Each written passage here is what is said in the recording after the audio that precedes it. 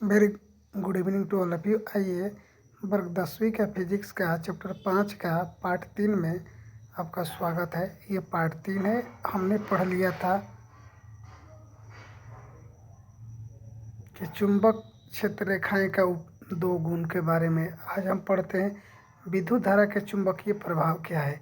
विद्युत धारा के चुंबकीय प्रभाव क्या है, तो लिखेंगे जब चुंबक पर विद्युत धारा अपना प्रभाव दिखाता है तो हम लोग उसे विद्युत धारा का चुंबकीय प्रभाव कहते हैं।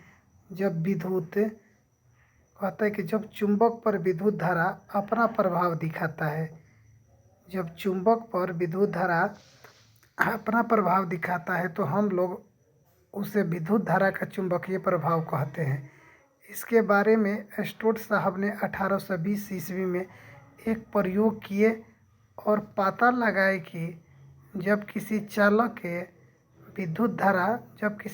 से विद्युत धारा प्रवाहित की जाती है तब चालक के चारों ओर चुंबकीय क्षेत्र उत्पन्न होता है।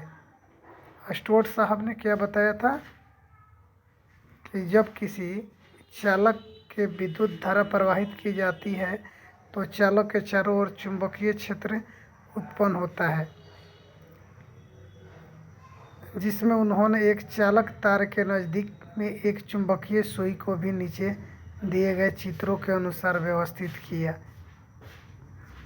चलिए अगला प्रश्न देखते हैं। पहले चित्र में यह दिखाया गया है कि जब परिपथ में विद्युत धारा का प्रवाह नहीं हो रहा है तो चुंबकीय सुई प्रवाहित नहीं होती है, लेकिन दूसरे चित्र में जब विद्युत धारा का प्रवाह कराया गया है तो चुंबकीय सुई प्रवाहित हो जाती है। अतः इस प्रयोग से पता चलता है कि विद्युत धारा चुंबक पर प्रभाव डालती है। ठीक है, ये पहला सुई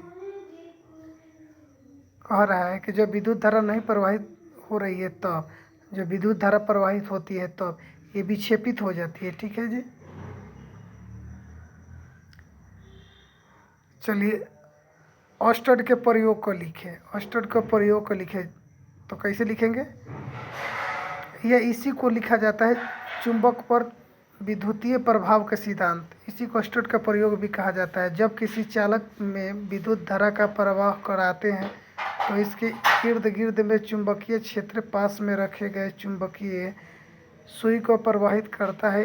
इसे ही चुंबक पर विद्युतीय प्रवाह का सिद्धांत कहा जाता है।